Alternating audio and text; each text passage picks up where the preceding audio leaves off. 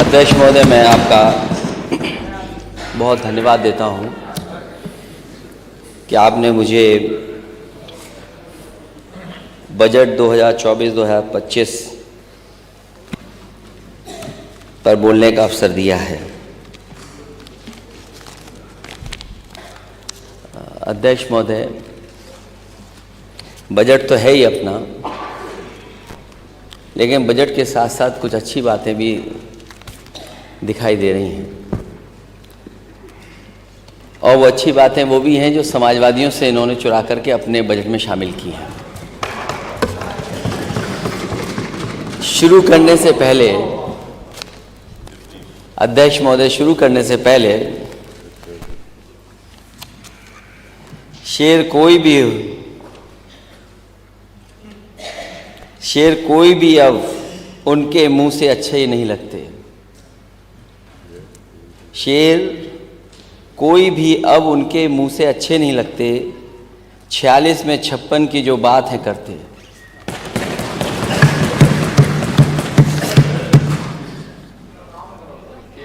ये बजट जो पेश हुआ है, इतना बड़ा बजट, और हर बार ये कहा जाता है कि अब तक का सबसे बड़ा बजट, और अगर सबसे बड़ा बजट है तो ये सरकार खर्च क्यों नहीं कर पा रही है? जो एक्चुअल टोटल बजट है, जो प्रोविजंस हैं, और जो एक्चुअल एक्सपेंडिचर, उसमें फर्क क्यों है?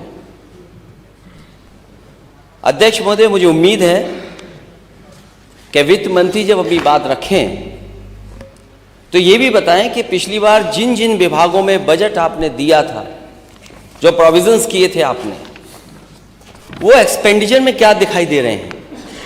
आखिरकार सरकार खर्च क्यों नहीं कर पा रही है? अगर बजट इतना बड़ा है तो खर्च कितना है? अगर हम एक एक विभाग का देखें, हाउसिंग डिपार्टमेंट, मैं करोड़ों में कह रहा हूं, जो प्रोविजन किया गया था वो 7360, जो खर्च हुआ है 4325। इंडस्ट्री डिपार्टमेंट 1938, खर्च हुआ है 464.00। इंडस्ट्रीज 81 करोड़ का बजट था, खर्च आपने 30 करोड़ किया है। Industry department for khadi and village industry, आपने बजट प्रोविजन किया 144 करोड़, खर्च किया आपने 90 crore. Industry department handloom industry, आपने प्रोविजंस किए 1780, खर्च किया 437। Industry department heavy and medium industry, आपका जो बजट था वो 21,116 करोड़ था, आपने खर्च किया 10,000 करोड़। डिपार्टमेंट ऑफ एनर्जी, ये सबसे महत्वपूर्ण विभाग है। उस विभाग को जो प्रोविजंस थे बजट के, वो थे 64,000 करोड़ से ऊपर, आपने खर्च किया 43,000 करोड़। एग्रीकल्चर डिपार्टमेंट लगभग 2,000 करोड़, खर्च किया आपने 625 crore. Agriculture and other allied departments का जो बजट था वो 8,104 करोड़, खर्च किया आपने 4,332 करोड़ रुपए। Agriculture and other allied departments, land development and water resources, उसमें लगभग 700 करोड़, खर्च किया आपने केवल 94 करोड़ रुपए। Agriculture and other allied departments 29,190, 29,190, और खर्च किया आपने 15,729। Agriculture and other allied departments Panchayati Raj 15,000 crore के लगभग, और आपने खर्च किया 7,000 crore. Agriculture and other allied department livestock, जिसमें बहुत सारे महत्वपूर्ण छोटे छोटे विभाग भी हैं, कई महत्वपूर्ण योजनाएं चल रही हैं, आपने बजट प्रोविजंस किए 3,000 करोड़ के, खर्च कर रहे हैं आप 1,766 करोड़। स्पोर्ट्स डिपार्टमेंट, अध्यक्ष महोदय, बजट 1,000 करोड़, खर्च किया 444 करोड़ रुपए। शुगर केन डेवलपमेंट डिपार्टमेंट, जो शुगर इंडस्ट्री के लिए सरकार की तरफ से जो बजट है जो बजट आपने प्रोविजंस किए वो 2117 करोड़ रुपए, खर्च किया आपने 1247। होम डिपार्टमेंट, ये भी एक बहुत महत्वपूर्ण डिपार्टमेंट है, जिसमें आपके बजट प्रोविजंस थे 37,000 करोड़ 636 करोड़ रुपए, आपने खर्च किया 21,000 करोड़ रुपए। होम डिपार्टमेंट जो सिविल डिफेंस है उसमें 27 करोड़ खर्च किया, 15 करोड़ रुपए। Medical department, medical education and training, जिसमें आप कहते हैं कि 1 डिस्ट्रिक्ट 1 मेडिकल कॉलेज, वो अलग बात है कि छिपे आप पीछे के रास्ते से, पीपीपी मॉडल के रास्ते से प्राइवेट लोगों को आप इसमें शामिल कर रहे हैं। उसके लिए बजट था 9,795, खर्च किया आपने 5,612 करोड़। अर्बन डेवलपमेंट, आपका बजट था 26,000 करोड़, आपने खर्च किया 16,000 करोड़। सिविल एविएशन डिपार्टमेंट, जिसका बजट था 1,890 करोड़, खर्च किया आपने 1,000 करोड़ रुपए। जस्टिस डिपार्टमेंट, जिसमें बहुत सारी और योजनाएं चलती हैं, 8,234 करोड़ बजट प्रोविजंस, और आपने जो खर्च किया है वो 2,700 करोड़ रुपए। ये रिपोर्ट है, और ये अध्यक्ष महोदय, ये सरकार की रिपोर्ट है। जो सरकार खर्च नहीं कर पा रही है पैसे, जो सरकार जनता तक अपनी चीजों को नहीं पहुंचा पा रही है, तो वो क्या रास्ता अपना रही है? शेर और शायरी का। क्या शेर और शायरी से जमीन तक बातें पहुंच जाएंगी? और अध्यक्ष महोदय, मैं कहूंगा कि जो जो मैंने कहा है, इसकी कम से कम सच्चाई सदन जाने कि आखिरकार सच्चाई क्या है, कि आप बजट खर्च क्यों नहीं कर पा रहे हो, या फिर आप जो प्रोविजन कर रहे हो वो आंकड़े के आंकड़े गलत हैं, जो प्रोविजन कर रहे हो वो आंकड़े गलत हैं, या फिर जो खर्च करने जा रहे हो वो आंकड़े आपके गलत हैं। और फिर अगर आपका ये 24 का बजट आया ही है,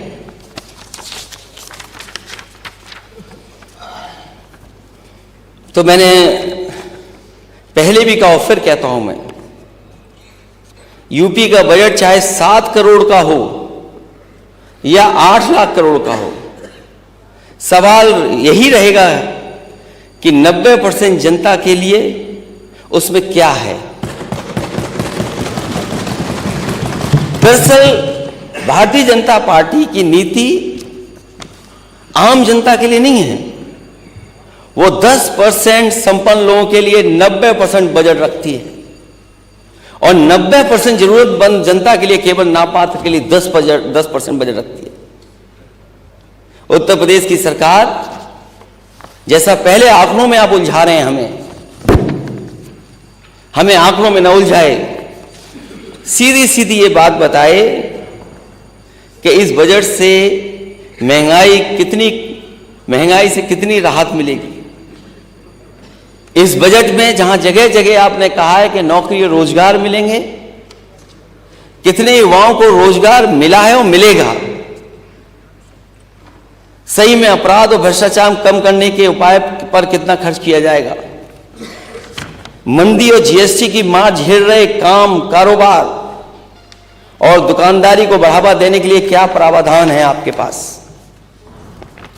और क्या इस बजट में किसान की बोरी की चोरी रुकेगी या नहीं, फसल का सही दाम व किसानों की आय दोगुनी होगी या नहीं।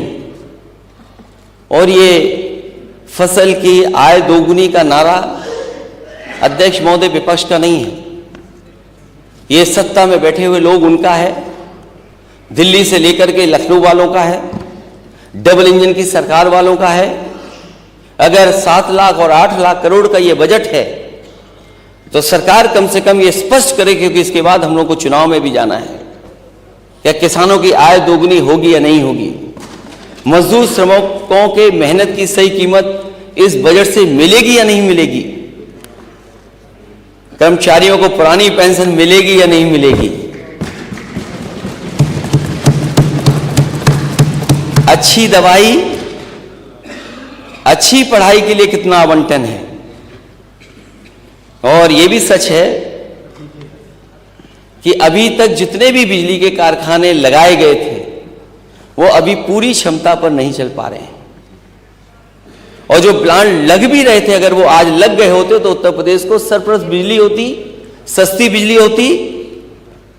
सरकार ये बताए कि बिजली के नए प्लांटों के लिए कितना बजट है, पानी घर पहुंचाने और शौचालयों को सुचारू रूप से चलाने की योजना के लिए दिखावटी प्रावधान कितने हैं। नई सड़कों को तो छोड़िए, बस इतना और बता दें कि सड़कों के गड्ढे भरने के बजट में कोई प्रावधान है या नहीं है। और कम से कम ये सरकार बताए कि पिछले 7 साल में गड्ढे के बहाने, गड्ढे को भरने के बहाने कितना पैसा इन्होंने खर्च किया है। और फिर हालांकि नेता सदन ने वो 2 लाइनें तो सुन ली होंगी, बड़ा हुआ तो क्या हुआ जैसे पेड़ खजूर, बड़ा हुआ तो क्या हुआ जैसे पेड़ खजूर, पंछी को छाया नहीं फल लागे अति दूर। तो जब आप बजट इतना बड़ा दिखा रहे हैं, वो जमीन पे क्या दिख रहा है, जमीन पर कितना पहुंचा है। और झूठे दावों के दिखावटी प्रचार के लिए आपकी भाजपा सरकार ने कितना प्रावधान दिया है, कृपया इसकी मोटी फाइल जनता के सामने अलग से रखने का भी काम करें। क्योंकि आप $1 ट्रिलियन की इकोनॉमी का सपना देख रहे हैं।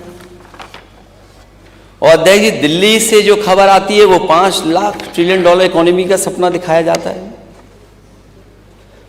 और कई माननीय सदस्य इस बात को कहते हैं, और खासकर भारतीय जनता पार्टी के लोग, कि इतना खुशहाली और तरक्की हुई है कि विश्व की 5वीं अर्थव्यवस्था में हम लोग शामिल हो गए हैं। और अगर हम 5वीं अर्थव्यवस्था में शामिल हो गए हैं तो कुछ सवाल हमारे भी हैं, विपक्ष के लोगों के। विश्व की 5वीं अर्थव्यवस्था, लेकिन 80 करोड़ जनता को 5 किलो राशन पर निर्भर है। विश्व की 5वीं अर्थव्यवस्था, लेकिन किसान की बोरी में से 5 किलो की चोरी जारी है। विश्व की 5वीं अर्थव्यवस्था, लेकिन अग्निवीर की भर्ती 5 साल के लिए भी नहीं। विश्व की 5वीं अर्थव्यवस्था, लेकिन किसानों को 5% भी लाभकारी मूल्य नहीं। विश्व की 5वीं अर्थव्यवस्था, लेकिन पुरानी पेंशन के लिए 5 पैसे भी नहीं। विश्व की 5वीं अर्थव्यवस्था, लेकिन युवाओं के लिए न तो कोई रोजगार और न 500 रुपए का बेरोजगारी भत्ता। विश्व की 5वीं अर्थव्यवस्था, लेकिन वरिष्ठ नागरिकों को रेल व दूसरे किराए में छूट के लिए 5% का भी बजट नहीं। तो ये कैसी 5वीं अर्थव्यवस्था में हम लोग शामिल हो रहे हैं? जो विश्व की 5 बड़ी अर्थव्यवस्थाएं, उनमें हम कहां शामिल हो रहे हैं? और फिर कई बार यह सवाल पूछा गया कि जो $1 ट्रिलियन इकोनॉमी का आप सपना दिखा रहे हैं उत्तर प्रदेश की जनता को, उसके लिए रोड मैप क्या है आपका? केवल एक अमेरिकन कंपनी को हायर कर करके कई सौ करोड़ रुपए खर्च कर करके उस पर क्या $1 ट्रिलियन की इकोनॉमी को बना लेंगे आप? वो रोड मैप क्या है? और आज आपके स्टेट की जीडीपी क्या है? पिछली बार भी अध्यक्ष महोदय सवाल का जवाब नहीं मिला था कि अगर आपको $1 ट्रिलियन की इकोनॉमी बनानी है उत्तर प्रदेश की, तो उत्तर प्रदेश की ग्रोथ रेट क्या हो। हम कोई इधर उधर का सवाल नहीं पूछ रहे सरकार से अध्यक्ष महोदय, सीधा सीधा सवाल ये पूछ रहे हैं कि अगर आपको $1 ट्रिलियन की इकोनॉमी तक पहुंचना है तो आप उसके लिए ग्रोथ रेट कितनी रखेंगे, और वो ग्रोथ रेट बनाने के लिए आपने क्या रोड मैप तैयार किया है? क्योंकि अध्यक्ष महोदय, वित्त मंत्री जी ने जो आखिरी में कुछ लाइनें कविता की लिखी थी,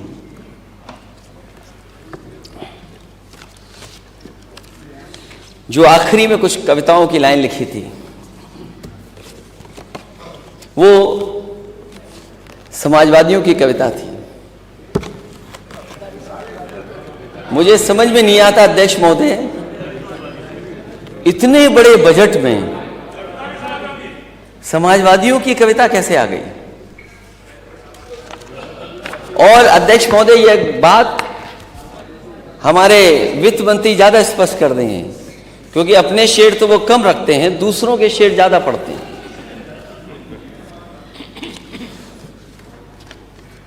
ये बात भी साफ होनी चाहिए अध्यक्ष महोदय, जो बजट में आखिरी लाइनें हैं आपकी, वो किसकी कविताएं थी, लाइनें किसकी हैं और किसके लिए कही गई थी। मुझे नहीं पता कि कौन किसके गांव का पता ढूंढ रहा था। हमें तो आपके गांव का पता ही नहीं पता।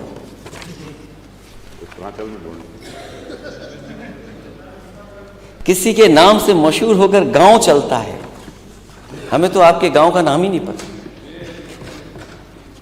क्या वजह है? मैं जानता हूं किसके लिए थी ये कविता। ये बात तो आप भी जान गए हो, ये बात तो आप भी जान गए। आप जान गए, मैं जान गया, आपके माननीय सदस्य शायद न जान पाए हों। उन्हीं की, जिनकी वो 4 लाइनें उन्होंने पढ़ी हैं, उन्हीं से मैं फिर लाइन मांग के ले आ गया। यहां कुछ और कहता है, वहां कुछ और कहता है, हकीकत कुछ है लेकिन दास्तां कुछ और कहता है।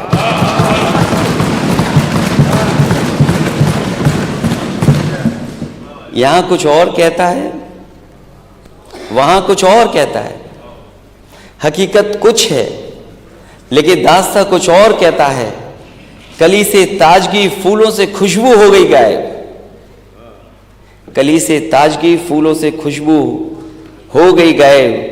चमन का हाल कुछ ऐसा कुछ है, बागवा कुछ और कहता है।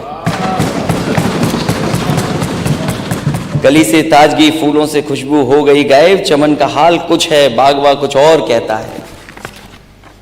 अध्यक्ष महोदय, पहचान गांव की, मुझे तो नहीं पता गांव किसके गांव की कहां है। एक गांव तो बहुत सबको जानते हैं, सब जानते हैं उस गांव को, सब जानते हैं उस गांव को। देखिए आप, यही तो लाइन में लिखा था, यही तो लाइन में लिखा था, यही तो कविता पढ़ी थी। और मैं दोबारा पढ़ देता हूं, और इनके गांव कहां है ये बता दें खुद जब भाषण देता। तुम्हारी शख्सियत से ये सबक लेंगी नस्लें, वही मंजिल पर पहुंचा है जो अपने पांव चलता है।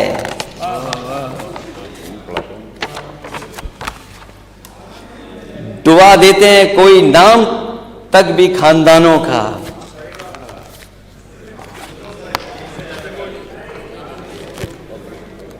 डुबा देता है कोई नाम तक भी खानदानों का, किसी के नाम से मशहूर होकर गांव चलता है। अरे अपना गांव तो बता दो, कौन सा है आपका गांव?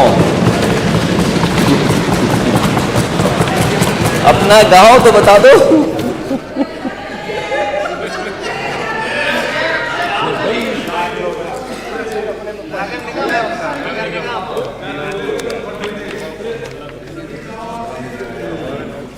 तो अपने गांव की पहचान बनाओ। अगर सब अपने गांव की पहचान बनाएंगे तो उत्तर प्रदेश की तस्वीर कुछ और होगी। जो अपने गांव की पहचान नहीं बना सकते, जो अपनी गांव की पहचान नहीं बना सकते, वो किसी को पहचान भी नहीं दे सकते। बात खानदान तक पहुंची है तो खानदान बढ़ाने के लिए भी कुछ करना चाहिए।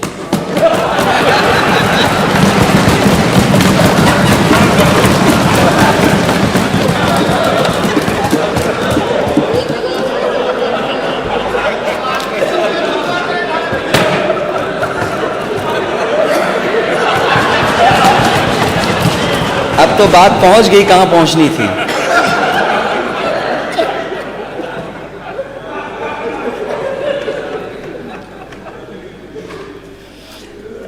अध्यक्ष महोदय, गांव तो इन्होंने भी बनाए थे, गोद लिए थे। गांव तो गोद आपने भी लिए थे। उन गांवों का क्या हाल है जो गोद लिए गए थे?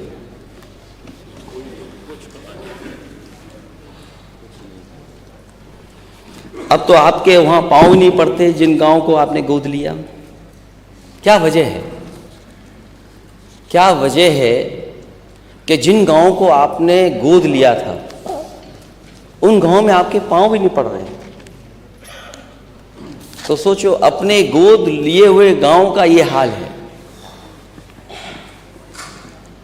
हालांकि ये बात कही गई कि मैंने प्रभु राम का नाम नहीं लिया। जब प्रभु राम दिल में ही बसते हों तो फिर नाम लेने की जरूरत क्या है?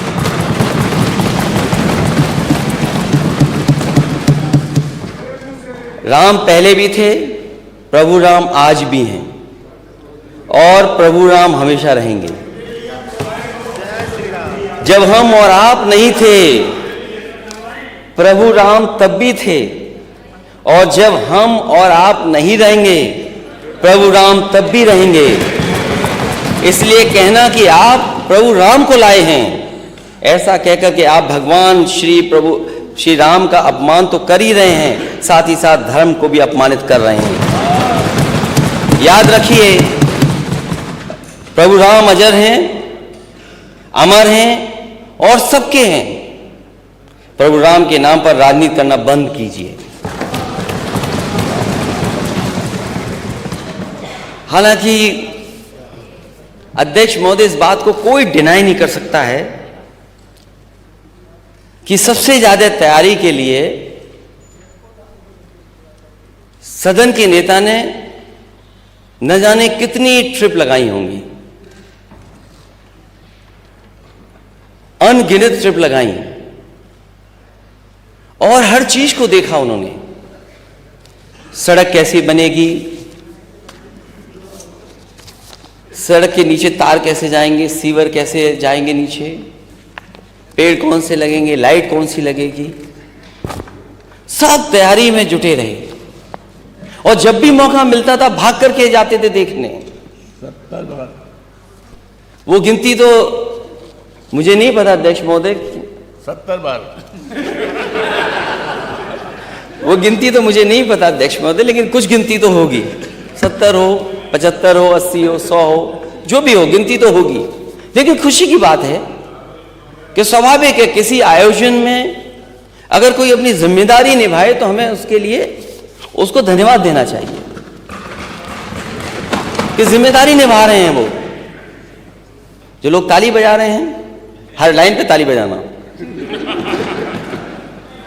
और कोई चीज ऐसी नहीं है जो उन्होंने न छोड़ी हो, हर कोशिश की। और वो कोशिश मुझे, जब मैंने गवर्नेंस स्पीच पढ़ी तो गवर्नेंस स्पीच में मुझे देखने को मिला कि इस सरकार ने 31,000 करोड़ से ज्यादा पैसा खर्च किया अभी तक अयोध्या को सजाने के लिए। लेकिन जब पहली बार यात्रा हुई वहां पर दिल्ली वालों की, तो जिन्होंने इतनी तैयारी की थी वो किस नंबर की गाड़ी में बैठे थे? ये बातें मैं इसलिए नहीं बोलना चाहता हूं। मैं जानता हूं कि एक बार मैंने समाजवादी पूर्वांचल एक्सप्रेसवे का वीडियो ट्वीट कर दिया था, और वीडियो ट्वीट का असर यह हुआ कि नेता सदन के साथ दिल्ली वालों ने शूटिंग की थी, फोटो कौन सी अच्छी आएगी। वो मेरे से बेहतर नेता सदन जानते होंगे। तो ये बात मैं नहीं उठाना चाहता था, लेकिन क्या करूं, ताली बजवानी है। हजूरे आला आज तक खामोश बैठे इसी गम में, हजूरे आला आज तक खामोश बैठे इसी गम में, महफिल लूट ले गया कोई जबकि सजाई हमने।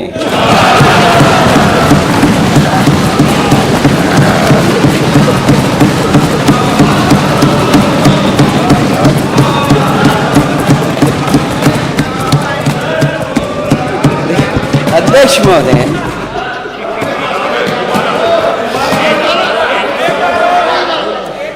हजूर आला आज तक खामोश बैठे इसी गम में, महफिल लूट ले गया कोई जबकि सजाई हमने। पहले तो वहां के हर प्रचार में दिखे लेकिन, पहले तो वहां के हर प्रचार में दिखे लेकिन जब सही समय आया तो फोकस से आउट थे।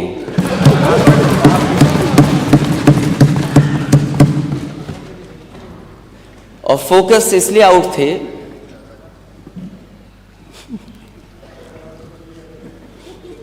ये बात तो चाचा की है नहीं, चाचा वाली मैंने पढ़ दी थी, खजूर वाली बात वो बजट में। और फिर जब फोकस में नहीं थे तो हम लोगों को बड़ी मुश्किल से दिखे। और जो बहुत महंगा और आलिशान, आलिशान नहीं बोलूंगा मैं, महंगा लाल रंग का कारपेट बिछा, लाल कारपेट पर महोदय कहीं नहीं दिखाई दिए। अगर कहीं दिखाई दिए हो तो बता दें हमें। और वो भी लाल कारपेट पे मार्क्ड था कि अध्यक्ष महोदय कहां मुड़ना है, और ये निर्देश थे कि लाल कारपेट पे कोई नहीं रहेगा। तो हमें लगता है कि ये लाइन में भी नहीं थे, साइड लाइन में थे। क्योंकि जब कारपेट पे नहीं दिखे तो हम लोग देखा कि हैं कहां, तो ये लाइन में भी नहीं थे, साइड लाइन में थे। और लाखों दिए जलाए पर खुद को रोशनी में न ला पाए।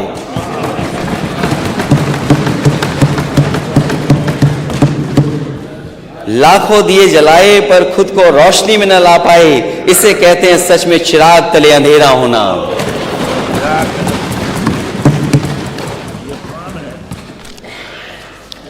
नेता सदन, आप उत्तर प्रदेश के मुख्यमंत्री हैं, आप चाचा के नाम पे हमें छेड़ते हो। मैं लेकिन कुछ लोगों के नाम पे आपको नहीं छेड़ना चाहता हूं। मैं समझ सकता हूं जो मुख्यमंत्री होता है कितने दबाव में काम करता है। सुना है किसी ने तस्वीर ट्वीट कर दी थी, वो भी डिलीट करनी पड़ी। जहां तक हमारे वित्त मंत्री जी ने जो सारे जहां से अच्छा की 2 लाइनें पढ़ी, पता नहीं अपने मतलब की चीज निकाल लेते हैं वहां से, ना ऊपर की लाइन पढ़ते ना नीचे की लाइन पढ़ते हैं। ये तो जमाना गूगल का है, जमाना इंटरनेट का है, जमाना छिपाने का नहीं है। हमारे बजट में जो उत्तर प्रदेश का बजट पेश हुआ, मुझे नहीं पता कि किस संदर्भ में उन्होंने 2 लाइनें लिखी, लेकिन मुझे खुशी इस बात की कि अल्लामा इकबाल जिन्होंने सारे जहां से अच्छा लिखा, उसकी लाइन आपके बजट में आ गई। तो आप बहुत सेकुलर हैं।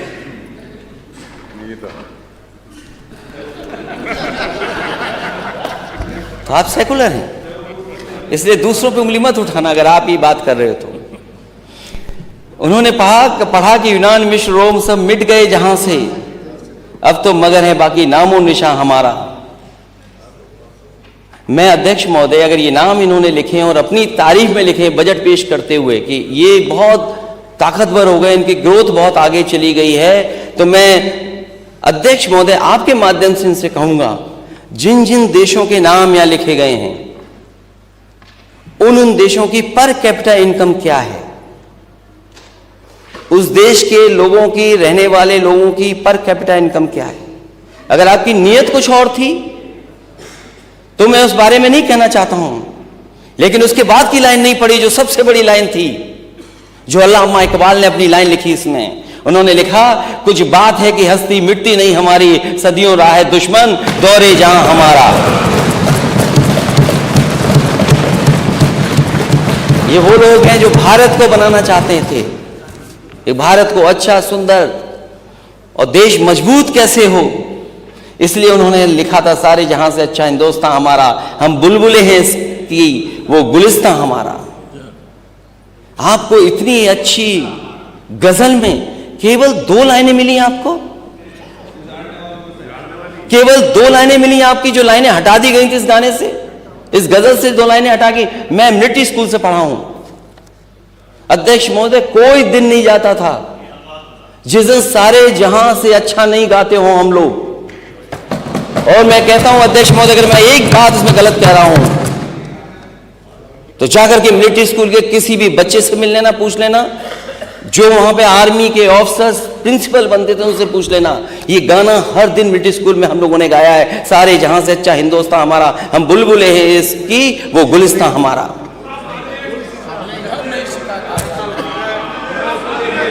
गुरबत में हो अगर हम, रहता दिल वतन में, समझो वही हम भी, दिलो जहां हमारा।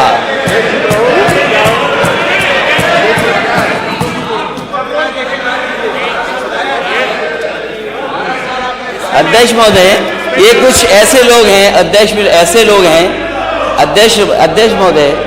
महोदय, कुछ ऐसे लोग हैं जब वो विभाग में मंत्री थे, क्यों मंत्री हटा दिए गए, अब बोल रहे हैं उसके लिए। विभाग को तुमने क्या किया था, विभाग के लिए माननीय सदस्य ने, पर्वत वो सबसे ऊंचा हमसाया आसमां का, वो संतरी हमारा, वो पासमा हमारा। गोदी में खेलती हैं जिसकी हजारों नदियां, गुलशन है जिसके दम से रश के जिन हमारा।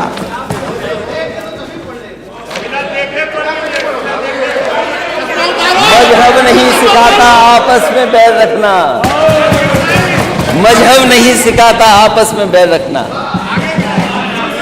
हिंदी है हम, वतन है हिंदुस्तान हमारा।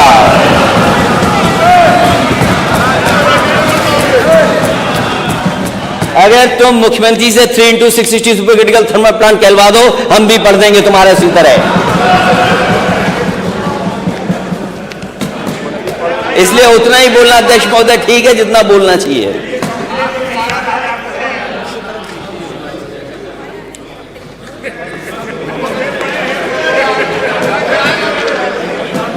फिर उन्हीं अल्लामा इकबाल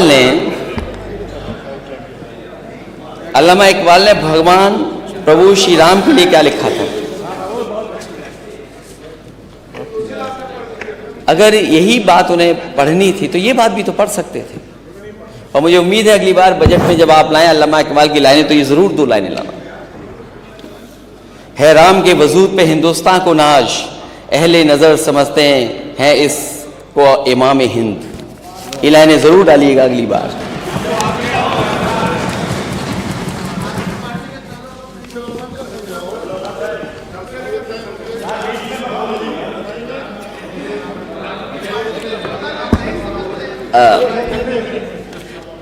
सरकार ये कह रही थी कि उत्तर प्रदेश में पहले पहचान का संकट था।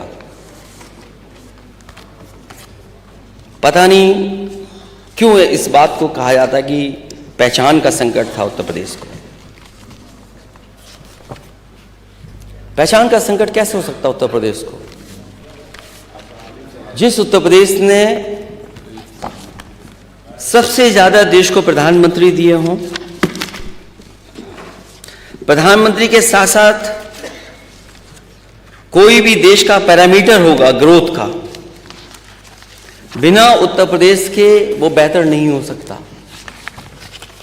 अगर उत्तर प्रदेश के पैरामीटर चाहे हेल्थ के हों, चाहे एग्रीकल्चर के हों, चाहे एजुकेशन के हों, चाहे एम्प्लॉयमेंट के हों, किसी भी पैरामीटर पर अगर उत्तर प्रदेश पिछड़ जाएगा तो देश के पैरामीटर्स पिछड़ जाएंगे। अगर ये बात कही जाती है पहचान का बहुत बड़ा संकट था, ये बात किसी को समझ में नहीं आएगी। और अगर पहचान का संकट था 2012 से लेकर के 2017 में, तो उत्तर प्रदेश में सबसे बड़ा इन्वेस्टमेंट क्यों आया? एचसीएल लखनऊ में क्यों आया? ट्रेनिंग इंस्टीट्यूट एचसीएल की क्यों बनी लखनऊ में? चक गजरिया में ट्रिपल आईटी क्यों बनी? और एचसीएल वो जगह है जब पहली बार मैं उसका उद्घाटन करने गया था, तो उस समय जो बच्चे और बच्चों के जो माँ बाप थे, कई माँ बाप ने मुझे बधाई दी और धन्यवाद दिया मुझे, और कहा कि मैं सरकार का और आपका धन्यवाद इसलिए देती हूं कि जिसके कारण हमारे बच्चे जो हैदराबाद या चेन्नई में पढ़ते थे, नौकरी करते थे, वो आज हमारे घर के पास हमारे बीच रह करके पढ़ रहे हैं और नौकरी कर रहे हैं। अध्यक्ष महोदय, जो भी मुझे उसमें करना था, सरकार की तरफ से जो भी सुविधाएं देनी थी, उस समय के अधिकारियों ने मिलकर के रास्ता निकाला और वो सुविधाएं दी। उसका परिणाम ये है। और मैं तो कहूंगा किसी भी मान्य सदस्य को अगर शक हो इस बात का कि एससीएल में कहां के बच्चे पढ़ रहे हैं, वो जाकर के देखें। इसी लखनऊ, इसी कानपुर के सबसे ज्यादा बच्चे वहां पढ़ रहे हैं, नौकरी कर रहे हैं और सबसे ज्यादा सम्मान की नौकरी पा रहे हैं। हो सकता है 6000 से ज्यादा व्हाइट कॉलर जॉब कर रहे हैं वहां पर। डबल इंजन की सरकार ने क्या दिया उसके मुकाबले? मुझे एक प्रोजेक्ट आप बता दीजिए लखनऊ में, या पूरे उत्तर प्रदेश में बता दें आप। सैमसंग फाइल उठा करके देख लीजिए किस सरकार की देन है। जो उसको सरकार की तरफ से इंसेंटिव मिलना था, उसके लिए कोर्ट जाना पड़ा उसको, तब जाकर के सरकार ने कितने वर्षों के बाद इंसेंटिव दिया है। और जो मेट्रो चल रही है शहरों में, क्या लखनऊ की मेट्रो आपकी सरकार लाई थी? तस्वीर तो अपनी लगा दी। यही तो कर सकते हैं आप, और क्या कर सकते हैं? क्या लखनऊ की मेट्रो आप लाए थे? और अगर आप लाए थे तो जहां तक जाती वहां से वापस क्यों आ जाती है? दूसरे सेक्शन में क्यों नहीं गई अभी तक? 7 साल हो गए डबल इंजन की सरकार के, 7 साल हो गए। वो मेट्रो वहीं से लौट के आ जाती है। क्या कानपुर की मेट्रो आपने प्रपोज की थी? क्या कानपुर की मेट्रो आपकी सरकार की प्रपोज थी? क्या आगरा की मेट्रो आपकी प्रपोज थी? और अगर आपने प्रपोज किया था तो उसका सेकंड फेज क्यों नहीं कर पा रहे हो आप? दिल्ली से जोड़ने वाली नोएडा, वो किसने मेट्रो बनाई? और मुझे अभी भी याद है कि दिल्ली की सरकार ने मदद नहीं की थी बजट को लेकर के। उत्तर प्रदेश ने अपने नोएडा के बजट से देकर के वो दिल्ली से जोड़ने का काम मेट्रो ने किया था। नोएडा टू ग्रेटर नोएडा किसने मेट्रो दी थी? मैं जानना चाहता हूं, जो पहचान या पहचान का संकट था, अगर संकट कोई पैदा कर रहा है डेवलपमेंट को लेकर के या अर्बनाइजेशन को लेकर के, तो वो आपकी सरकार है, वो संकट पैदा कर रही है। क्या ये मेट्रो स्मार्ट सिटी का हिस्सा नहीं है? और जब इसका जवाब आए अध्यक्ष महोदय, मैं जानता हूं ये दाएं बाएं इधर उधर जाने कहां तक लेके जाते हैं, क्या ये स्मार्ट सिटी का हिस्सा नहीं है? और मुझे याद है मैंने बनारस को भी मेट्रो दी थी, लेकिन आपने बनारस की मेट्रो नहीं बनने दी। और जब आप पहली ट्रिप में गए थे झांसी, मुझे आज भी याद है, कई बार on the floor of house में ये बात कह चुका हूं, आपने कहा था कि झांसी से दिल्ली को जोड़ने के लिए एक्सप्रेसवे बनाया जाएगा। क्या वो एक्सप्रेसवे बन गया 7 साल में? झांसी में मेट्रो बन गई क्या? झांसी को भूल जाइए। आपने तो अपने लिए भी कहा था कि हम अपने गांव में बनाएंगे, जो आपका नया गांव है गोरखपुर। कम से कम उसकी तो पहचान बना दो मेट्रो चला करके। कौन रोकता है आपको? ये आपके नीचे हैं वित्त मंत्री जी, दीजिए 1000 करोड़। क्यों नहीं दे पा रहे आप 1000 करोड़? दे दीजिए 2000 करोड़ रुपए। क्यों गोरखपुर में नहीं मेट्रो चल पा रही है? क्योंकि आप चलाना नहीं जानते हो, आप चलाना नहीं चाहते हो। और ये जितने भी डब्बे बने हैं, अगर पहचान का संकट होता तो वो कंपनियां आपके यहां नहीं आती। मुझे याद है उस समय देश की सबसे ज्यादा प्रतिष्ठित कंपनियां यहां पर काम कर रही थी। कुछ कंपनियां तो आज भी काम कर रही हैं। मैंने कई बार सदन में कहा कि कुछ कंपनियों ने ऐसा काम किया था जो एग्जाम्पलरी था, एक्सप्रेसवे कभी 23 महीने 24 महीने में नहीं बनते, 21 महीने में नहीं बनते। लेकिन मैं इस सदन में उन कंपनियों को बधाई देना चाहता हूं कि उन्होंने उस एक्सप्रेसवे को 23 और 24 महीने में बना करके खड़ा कर दिया था, उद्घाटन हो गया था उसका। आप उन्हीं में से एक कंपनी से आप मंदिर बनवा रहे हैं, लेकिन आपने सड़क नहीं बनाने दी उनको। क्या वो कंपनी नहीं बना रही मंदिर? मैं जब देख रहा था एलएनटी की बात, एक कोई इंजीनियर जब बता रहा था कि ये टेक्निकल हम चीजें फॉलो कर रहे हैं, ऐसे बन रहेगा, वैदिक जो हमारा है इस तरह बनाया जाता है। तो आपका जो पूर्वांचल एक्सप्रेसवे है क्यों नहीं बनने दिया उससे? बुंदेलखंड एक्सप्रेसवे क्यों नहीं बनने दिया? और मैं फिर दोहराता हूं बात, अगर ये प्रदेश प्रधानमंत्री बनाता है तो दिल्ली वाले बजट एक्सप्रेसवे के लिए क्यों नहीं दे रहे हैं? उत्तर प्रदेश को क्यों नहीं दे रहे हैं पैसा?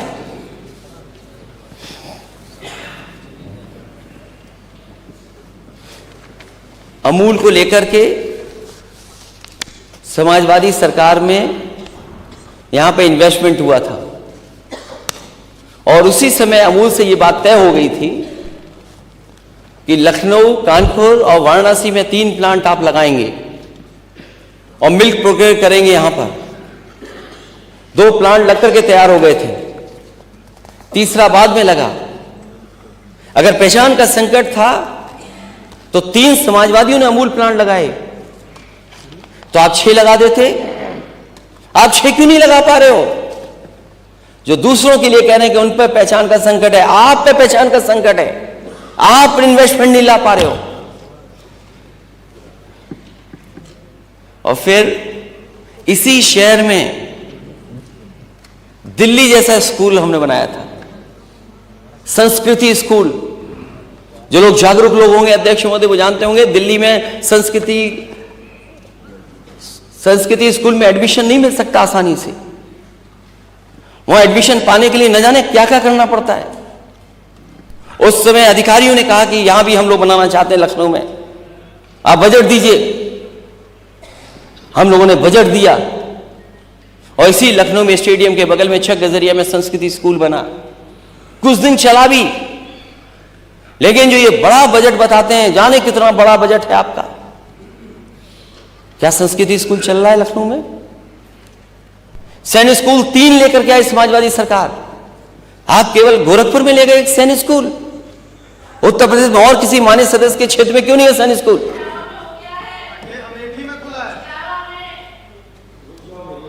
ये लोग, अध्यक्ष महोदय, मैं कुछ भी नहीं कर सकता इन लोगों के लिए, मैं कुछ भी नहीं कर सकता। अध्यक्ष महोदय, जिस समय कांग्रेस की सरकार थी,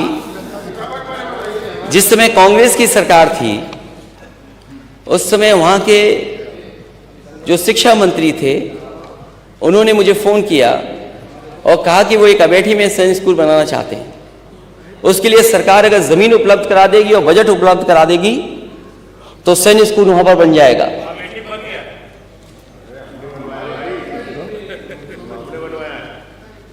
तो जब मैंने अध्यक्ष महोदय से कहा कि आप एक नहीं, आपको 3 देने पड़ेंगे तब जाकर के सैनिक स्कूल बनेंगे, तो बोले एक ही बड़ी मुश्किल से मैं दे रहा हूं, एक ही बड़ी मुश्किल से आ रहा है। मैंने कहा अगर आप 3 देंगे तब सैनिक स्कूल बनेगा। और मुझे याद है दिल्ली की सरकार ने मुझे 3 सैनिक स्कूल दिए, जिसमें एक अमेठी, एक मैनपुरी में और एक उसको झांसी को देने का काम किया। वो सैनिक स्कूल चल रहे हैं। जो नए सैनिक स्कूल बन रहे हैं वो पीपीपी मॉडल पे बन रहे हैं, वो सरकार के नहीं बन रहे हैं। इसलिए कंफ्यूज न करे सरकार किसी को कि वो सैनिक स्कूल बना रहे हैं, वो पीपीपी पे सैनिक स्कूल बना रहे हैं। तो हम ये कहना चाहते हैं, जब इतना बड़ा बजट है आपके पास, तो आप प्राइवेट इन्वेस्टमेंट शिक्षा में क्यों ढूंढ रहे हो? आप मेडिकल कॉलेज में पीपीपी ढूंढ रहे हैं, कोई प्राइवेट प्लेयर आ जाए, प्राइवेट पार्टनरशिप हो जाए। आप क्या दिल्ली की तरह सब चीजें बेच दोगे? उन्होंने तो एयरपोर्ट बेच दिया, ट्रेनें बेच रहे हैं, आपके स्कूल बेच दोगे, पॉलिटेक्निक बेच दोगे, आईटीआई बेच दोगे, मेडिकल कॉलेज बेच दोगे, फिर गरीब कहां जाएगा? गरीब का इलाज कहां पर होगा? गरीब कहां पढ़ेगा? तो मैं ये जानना चाहता हूं सरकार से कि इतना बड़ा बजट है, सैनिक स्कूल ज्यादा क्यों नहीं बन रहे? अमूल के प्लांट केवल 3 ही क्यों है, 6 क्यों नहीं आए इनकी सरकार में? और मुझे याद है कि अक्षय पात्रा को लेकर के कि हमारे बच्चों को कुक्ड फूड मिले, cooked food, hot cooked food मिले, तो उसके लिए योजना चालू की थी। जितनी समाजवादियों की सरकार भी शुरू से आगे नहीं बढ़ पाए। एक बनारस में उस समय भी प्रपोजल था, उसके बाद उत्तर प्रदेश में और क्यों नहीं? बच्चों को खाना अच्छा क्यों नहीं दे पा रही सरकार? और संकट होता तो शायद इस तरह की संस्थाएं नहीं आती उत्तर प्रदेश में। ये तो कुछ बताई है मैंने, ये बहुत सारी और भी योजनाएं जो आई थी और लगातार आती हैं। जो लोग मेदांता तो अस्पताल में सब इलाज कराने जाते हैं, और मुख्यमंत्री जी थे उससे तो वो उद्घाटन करवाते हैं कई मशीनों का। मैं तो नेता सदन से कहना चाहता हूं, प्राइवेट की क्यों मशीन उद्घाटन करते हैं आप? आपका 100 एकड़ में बना हुआ कैंसर इंस्टीट्यूट है, उसका उद्घाटन करो। हालांकि आपने किसी की प्रतिमा लगा दी, हमें कोई शिकायत नहीं उन पर से। अरे कम से कम आपने खुद बनाया होता, फिर लगाते तो खुशी ज्यादा आपको होती।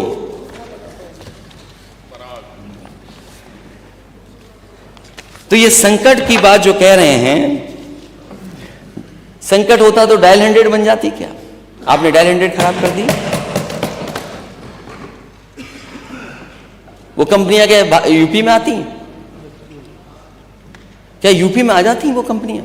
और फिर मुझे खुशी इस बात की कि बड़े पैमाने पर हम लोगों ने लैपटॉप डिस्ट्रीब्यूशन किया था। वो लैपटॉप डिस्ट्रीब्यूशन आपकी सरकार में क्यों नहीं हो पा रहा है? लैपटॉप का हुआ, लैपटॉप नहीं दिया। अध्यक्ष महोदय, कम से कम सरकार को अपने घोषणा पत्र पढ़ने चाहिए, 14, 17, 19, 22 के।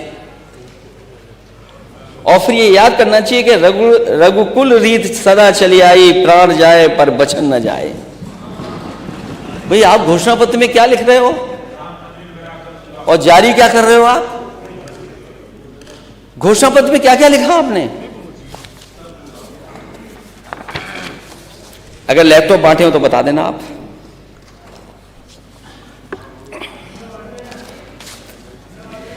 फिर ये सरकार कह रही है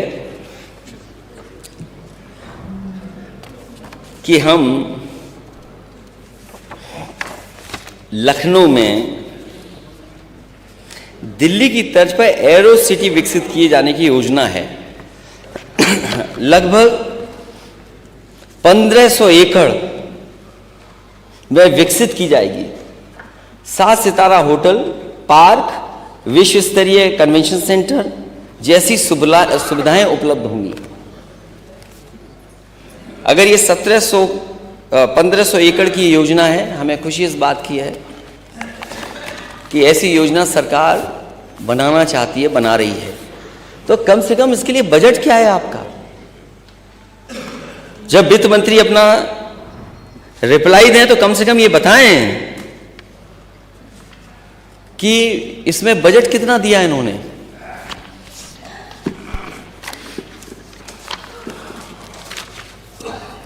एक बात तो बहुत होती है कि सरकार नौकरी बहुत दे रही है,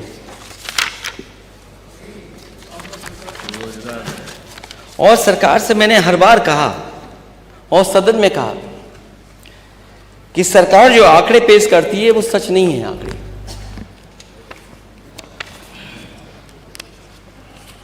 और बेरोजगारी का जो आंकड़ा है वो लगातार बढ़ता चला जा रहा है, और इतने बड़े पैमाने पे बेरोजगारी है कि अगर हम उसको देखें तो 90% से ज्यादा नौजवान आज घर बैठा, उसके हाथ में नौकरी और रोजगार नहीं है। तो सरकार क्या कर रही है? अगर हम गवर्नर स्पीच पढ़ें और बजट की स्पीच पढ़ें, दोनों में एक ही बात लिखी गई है कि 40 लाख करोड़ का इन्वेस्टमेंट आ रहा है, 1 करोड़ से ज्यादा लोगों को नौकरी या रोजगार मिलने हैं। तो अगर गवर्नर स्पीच में आ रहा है तो इसका मतलब वो पिछला 1 साल जीरो था, और इसमें क्या तैयारी है जो ये साल लगभग जीरो हो जाएगा। तो 2 बजट हो गए, तीसरा बजट है सरकार का। आखिरकार जमीन पर क्या है? और माननीय मुख्यमंत्री जी कहते हैं बेरोजगारी दर 4% है, अतः नियंत्रण में है कहते हैं। मेरा निवेदन है सरकार से कि अगर ये आंकड़े ऐसा कर रहे हैं, दे रहे हैं, तो अपने आर्थिक सलाहकारों से राय ले लें, जिससे स्पष्ट हो जाए कि अनएम्प्लॉयमेंट रेट की बजाय एम्प्लॉयमेंट रेट बेरोजगारी का सही सूचक है। कम से कम इस सरकार ये बताए कि बेरोजगारी का सही सूचक क्या है, अनएम्प्लॉयमेंट रेट या एम्प्लॉयमेंट रेट। अपने भाषण में जब जवाब दे सरकार तो ये बात कहे कि अनएम्प्लॉयमेंट का सही सूचक अनएम्प्लॉयमेंट रेट है कि एम्प्लॉयमेंट रेट है। और अनएम्प्लॉयमेंट रेट में केवल उन लोगों की संख्या ली जाती है जो काम करने के इच्छुक हों, और एम्प्लॉयमेंट रेट में पूरी संख्या ली जाती है। इसलिए कम से कम सरकार इसको स्पेसिफिक बताए कि आखिरकार सरकार में क्या स्थिति है नौकरी और रोजगार की। किसान की आय दोगुनी की बात, क्या किसान की आय दोगुनी हो गई? क्या एमएसपी मिलने लगा? आपने बजट में भी और गवर्नर स्पीच में भी इन बातों को डाला है कि हम किसान की लाभकारी मूल्य दे रहे हैं। क्या सरकार एमएसपी देगी? क्या डबल इंजन सरकार एमएसपी किसानों को उपलब्ध कराएगी? और वो इंफ्रास्ट्रक्चर कहाँ है जहां आप एमएसपी उपलब्ध करा सकें? अगर आपको किसानों को एमएसपी दिलानी तो उसके लिए इंफ्रास्ट्रक्चर क्या है?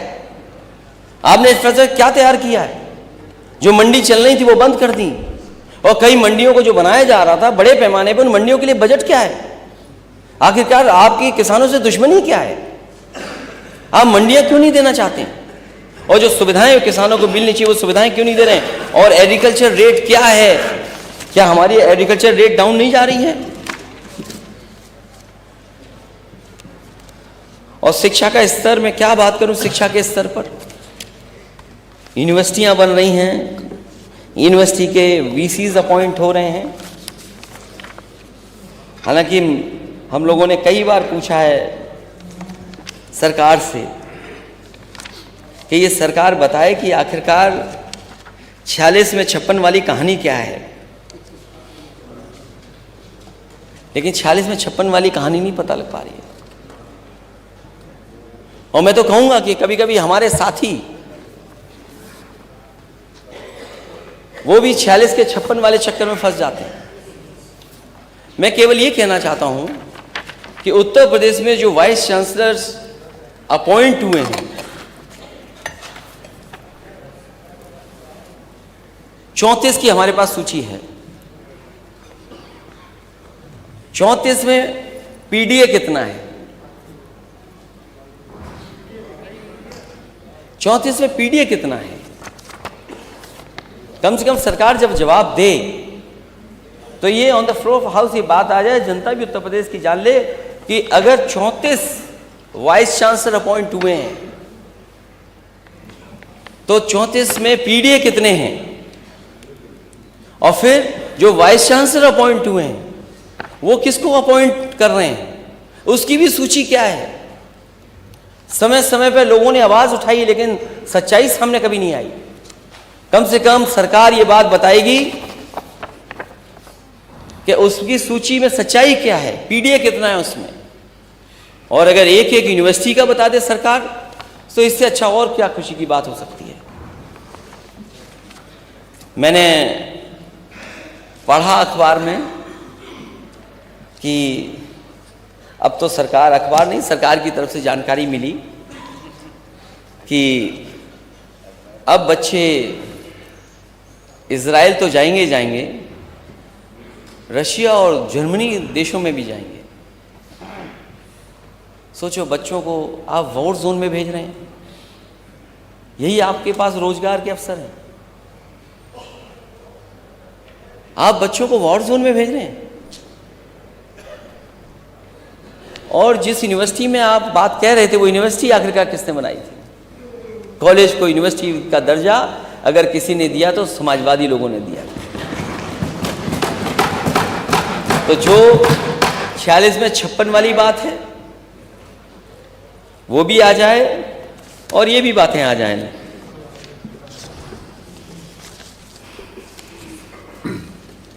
बिजली विभाग बहुत महत्वपूर्ण है कि मैं बहुत सारे विभाग को स्किप कर रहा हूं। मैं सीधा बिजली विभाग पे आता हूं। मैंने पहले भी पूछा, फिर मैं जानना चाहता हूं सरकार से, ये सदन जानना चाहता है कि आखिरकार बिजली के कारखानों के लिए आपने बजट का इंतजाम कितना किया है और जो बजट दिया है देरी किस बात की है, और दिल्ली से कौन सा नया प्लांट मिल गया आपको? एटा का जवाहरपुर परियोजना अभी तक चालू क्यों नहीं हुई? समाजवादियों ने हरद्वागंज में सरकार में उसका शुरुआत कर दी थी।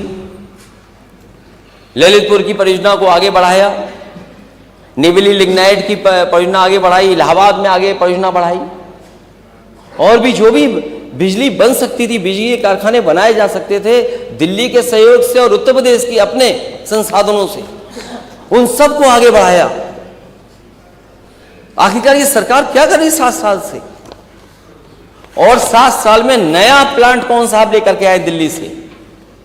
अध्यक्ष महोदय, ये सरकार बताए कि बिजली का नया प्लांट कौन सा आप लेकर के आए हैं दिल्ली से।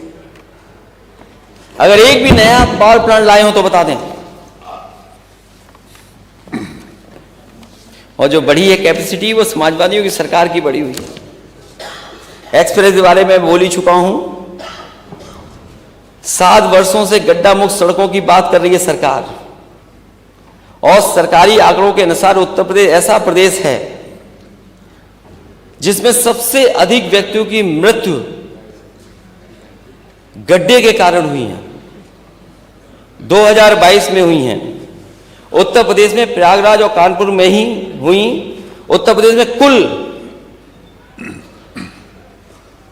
लगभग 2000 रोड एक्सीडेंट हो चुके हैं, जिसमें 1000 से ज्यादा लोगों की मृत्यु हो चुकी है। तो आखिरकार ये गड्ढे कब भरे जाएंगे? और अगर गड्ढे भरे जाएंगे तो लोगों की जान भी बच जाएगी।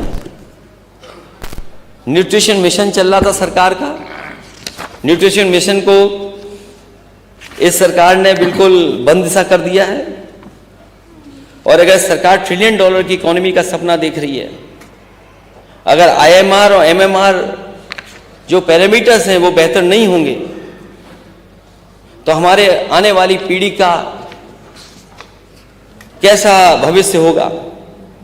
जब आप $1 ट्रिलियन की इकोनॉमी का सपना देख रहे हैं, तो कम से कम हमारे बच्चों का स्वास्थ्य भी बेहतर हो।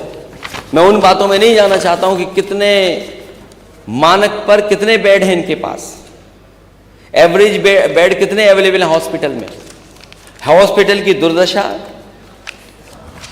किसी से छिपी नहीं है, और इतना बजट देने के बाद भी खबरें कंट्रोल नहीं हो पा रही हैं।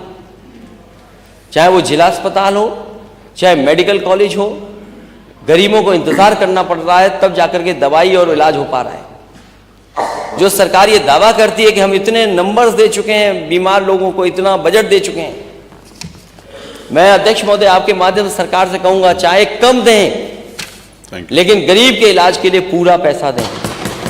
ये नहीं कि आधा अधूरा पैसा दे दिया आपने। थैंक यू सर, धन्यवाद। और आधा अधूरे से इलाज नहीं होने पा रहा है। 2-3 बातें अध्यक्ष महोदय और, कि मैं बहुत देर से आपको देख रहा हूं, लॉ एंड ऑर्डर तो जीरो टॉलरेंस जीरो हो गया है। जीरो टॉलरेंस ही जीरो हो गया। हर दिन हत्या और तमाम घटनाएं आ रही हैं। इनके ही क्षेत्र का बताइए, पासी बिरादरी का आदमी मार दिया गया, 5 तारीख को मार दिया गया। ऐसे घटनाओं का अगर आंकड़ा दे सरकार को, तो आंकड़ा ये बताता है कि जीरो टॉलरेंस की पॉलिसी जीरो हो गई इनकी।